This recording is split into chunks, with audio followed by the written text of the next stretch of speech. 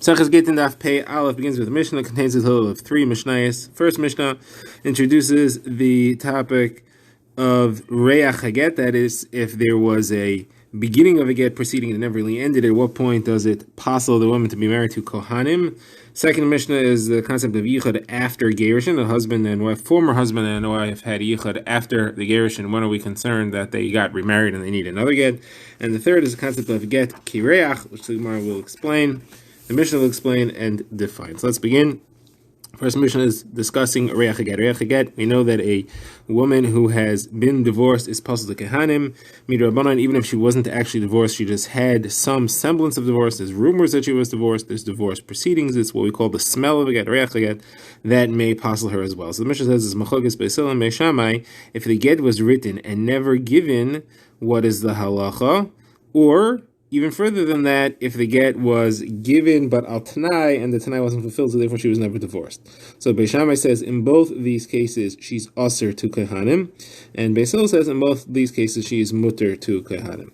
So the Gemara brings an incident. The Gemara wants to know what's the halacha here. So the Gemara says Rabbi Yosef, Bred of Menashe of Devil, sent a message to Shmuel. Our Rebbe should teach us what is the halacha in the following scenario. So this was a case that happened, that there was a woman married to a kohen, and rumors began spreading that he had written a get for her, very specific here, that he had written the get for her, and they were still living together. She was still living in his house, serving him just like a wife, and they were continuing to be married. So the concern is, because it was a kohen, people were, and there was rumors that he had written her a get. It was there's appearance of a get here, so it seems like she remarried him after being divorced from him, which is of course forbidden, because the kohen is not allowed to marry a divorced date. So what's the halacha? Do we have to separate them or not? So the response that Shmuel sent back was check into it and possibly separate them. Now what's the checking? What are we looking for? So the Gemara tries a few possibilities as to what we are checking for exactly. So the Gemara's first attempt is maybe we should check if it's possible to quiet the rumors. Can we get rid of these rumors that are happening? If we can get rid of them, we can quiet everybody down, then there's no issue. Because there is no perception of wrongdoing here, because the rumors will go away. Somebody said that can't be the pshat, because Shmuel was in Naharda, and the minhag in Naharda was they did not quiet rumors. Quieting rumors, if you have a concerted effort to stop rumors, that gives a very bad perception of cover-up, that there was something here that really happened, and there was a cover-up of trying to get people to stop discussing it, and it looks like we're hiding something bad that happened. We don't want to be in that position. So therefore, there they made exactly, we don't stop rumors. So it couldn't be that when we're saying check into it means check if you could stop the rumors. So what then do we want to check? So the Gemara says, what we want to check is when the people talk there, what do they say? If he had actually given her a get, could it be possible that they would call that written a get? The rumors we have here is that he wrote the get. Is it possible that really means, what they mean to say is that the get was actually given? And then the implication of the Gemara here in this first understanding is that if that's true, so then we would assume that since people are saying that they wrote a get, and sometimes even when the get's given, they'll say that they wrote a get, it could be that the get is actually given, and we have to be concerned that they really are divorced, and we have to actually make them separate. However, if people don't, so then you don't have to worry about the get was actually given, it was just written, fine, forget about it. So Mara asks, even if you know that people call a given get a written get, it doesn't mean that she was really divorced. It just could be, but it could also be that it was just written. So why would you make them separate? So the Gemara says, well, maybe we want to be concerned. We want to be chayshish, even though the rumors, if we could satisfy ourselves that the rumors say that the get was written, nothing more than that could possibly happen, then we could leave them married. But if it was possible that it was actually given, and just people express that by saying written, then we have to be concerned. So the Gemara says, but if it's just a concern, and we're not sure, and it could have gone either way, we shouldn't make her leave her husband for that. We have halacha, Rav Ashi says, is that anytime rumors spread after a marriage is already existing, you don't break up a marriage because of rumors. That's a number of scenarios where that could have been relevant. So if there's a marriage, you don't break up a marriage, an existing, you may prevent a marriage because of rumors, but you're not going to break up an existing marriage. So why would you separate this woman from her husband? Because maybe the rumors, which are unsubstantiated, where they said that it was written, means it was really actually given. So the Gemara says, no, we don't mean that she should separate from her current husband. We mean that if he dies, we would not allow her to marry another kohen afterwards, and that is, we would prevent a marriage based on these rumors. We're not talking about leaving her current husband. So hold on a second. You mean to tell me that you're happy with her staying with her current husband, even though she's having children, and you want her to not marry a Kain afterwards. If people see you're not letting her marry a Kain afterwards, they're going to assume she must have gotten divorced back when these rumors started, and therefore any children that she had later are psulei kahuna. So you're going to end up messing up her children going forward. So Mar says, no, people will understand, since we didn't force her to separate from her first husband, and we did not allow her to marry another Kain, it must be that it's not, the basis of this halacha is not these rumors. It must be that just before he died, he gave her a get, and that's why this is happening.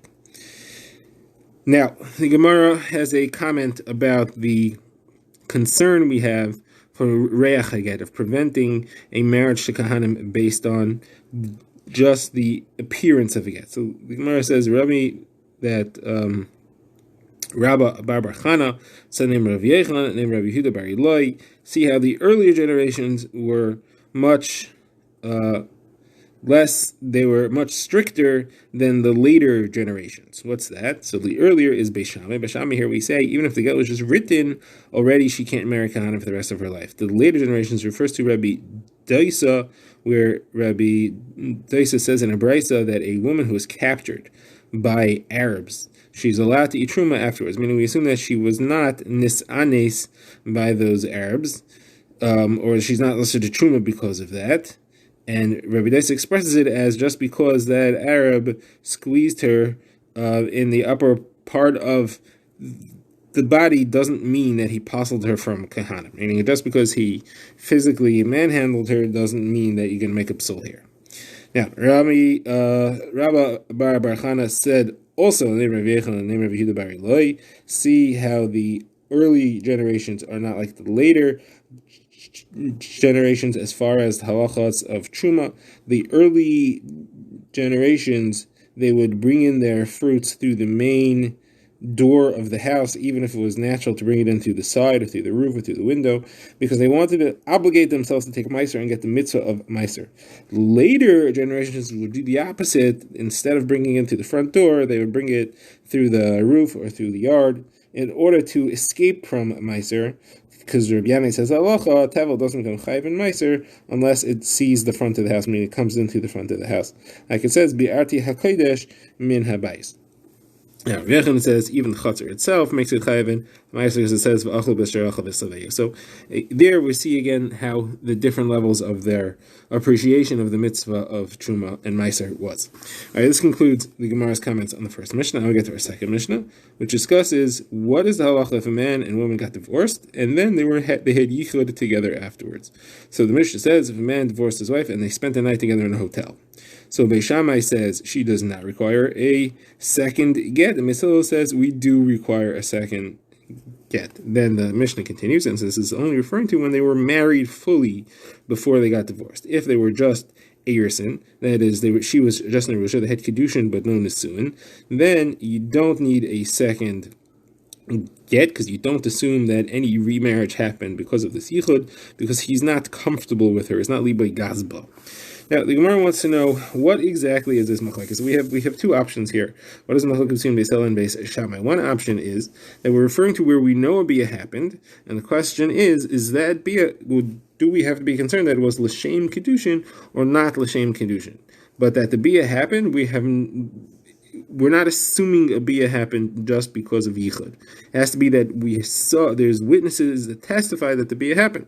If you just know that yichud happened, you would not make the assumption that a bia happened. We're talking about where we are actually discussing here where we have testimony and evidence that the bia happened, and the question is, does that cause, are we concerned that it is indication that it was a second kedushin, because people make their bia l'shem kedushin, not stam l'shem znos. Now, the other possibility is that no, everyone agrees that if a bia happened, it was l'shem kedushin. The question is, does yichud indicate that there was a bia? If you were discussing where we only know that there was yichud, there's no evidence that there was a bia, we are concerned. This machlokes is, should we assume there was a bia because there was a yichud? And once we assume that there was a bia, then we're going to assume there was l'shem kedushin or not. So the Gemara says our Mishnah is clearly saying that we're talking about a question of was there a bia or not, because the Mishnah says that if it was min ha'erisin, then there's no problem. Now, if we knew that there was a bia, what's the difference if it's erisin or not? the whole point of Libe Gasba, of him not being comfortable with her, is that just because they have yichud doesn't mean they're going to do a bia, because they're not comfortable with each other because they were never really married. Now, that only makes sense if you're discussing, should we assume that there was a bia just because there was a yichud? If, however, we know that there's yichud, we're talking about where there's testimony that there was yichud, then it makes no difference if there's Libe Gasba or not, as far as the issue of whether we assume that it was L'Shem Kedushin or not. So our Mishnah is clearly assuming that the question, the machlekes, is if you had a de yichud, do you assume that means you know that there is a bia or not? Says the Gemara, we have Rabbi Yochanan, Rabbi Chana quotes Rabbi Yochanan, who says the other pshat. He says this machlekes is talking about where we know we have testimony that there was a bia, and the question is, would a person make his bia a bia as in this or not? So the Gemara points out that does not fit into our Mishnah. The Gemara says correct. Rabbi Yochanan is going on a different Mishnah. There's a brisa. It's a brisa where it's the Tana of Shimon ben Elazar who quotes this machlokes of Sham and Bishil, and he says it over different. He says if you just have evidence of yichud, everyone agrees that does not prove that there was a bia. Our discussion is where you know that there was a bia, and the question is that assumed to be l'shem kedushin or not? Asks the Gemara, how could Rabbi Yochanan say like that? Brisa of Rishon ben Elazar, we have a different maimer where Rabbi Yochanan says Allah is always like a stam mishnah, and our mishnah is a stam mishnah. It's clearly not learning the machlokes that way.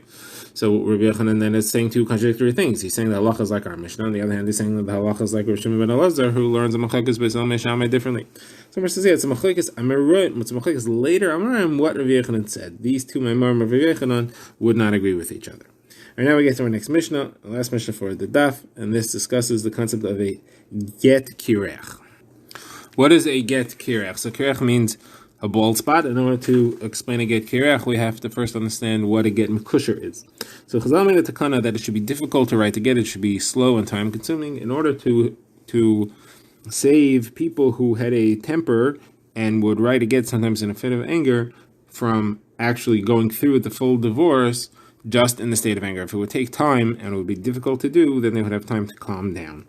The Gemara actually specifies in Baba Basra that this is kohanim, who are naturally had short tempers and they couldn't remarry their wives if they divorced them in a fit of rage, that they would be able to slow down. Otherwise, a regular soul would be able to just remarry her. Now, the Gemara describes that the get mekusher is that they would take a get, they would write it 2 or 3 lines, and then they would fold it and sew it down, and a witness would sign on the back. And then they would do another few lines, fold it, sew it down, and another witness would sign on the back.